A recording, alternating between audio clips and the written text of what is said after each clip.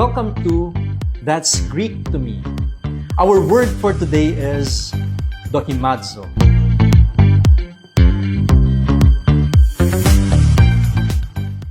Dear friends, Erenehumin, peace be with you. This is Father Joel Camayas, Salesian of Don Bosco, and welcome to That's Greek to Me. Our word for today is dokimazo. In English, dokimazo means to test, to examine, to discern, to prove genuine. It's the kind of testing that reveals what is authentic and true. And St. Paul uses this word in 1 Thessalonians chapter 5, verse 21. Test everything. Hold fast to what is good. Alam niyo yung salitang yun, no? Pagsubok. The Christian life is not lived blindly. We're called to discern, to evaluate, to choose rightly.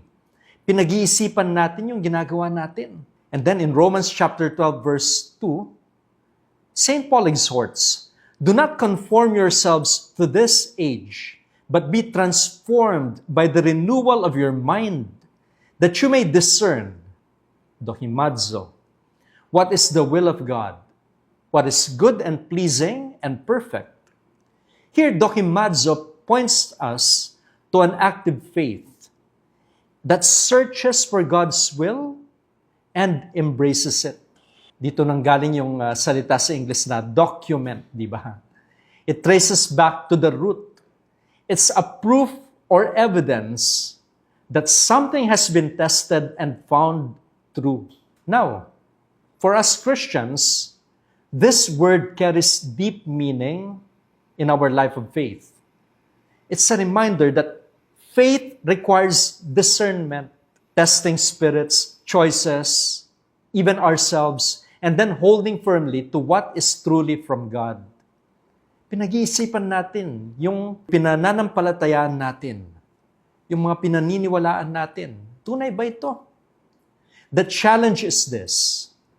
In a world of conflicting voices, especially now, punta kayo sa internet, ang dami-daming mga tinig kayo maririnig.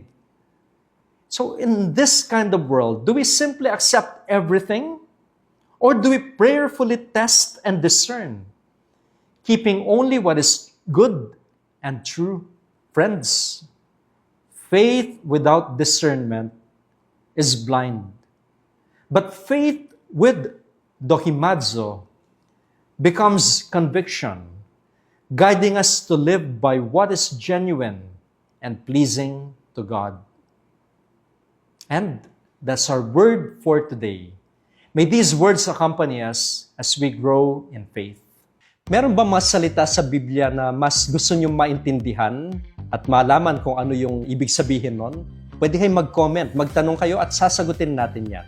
And of course, I invite you to like, to share, and to subscribe.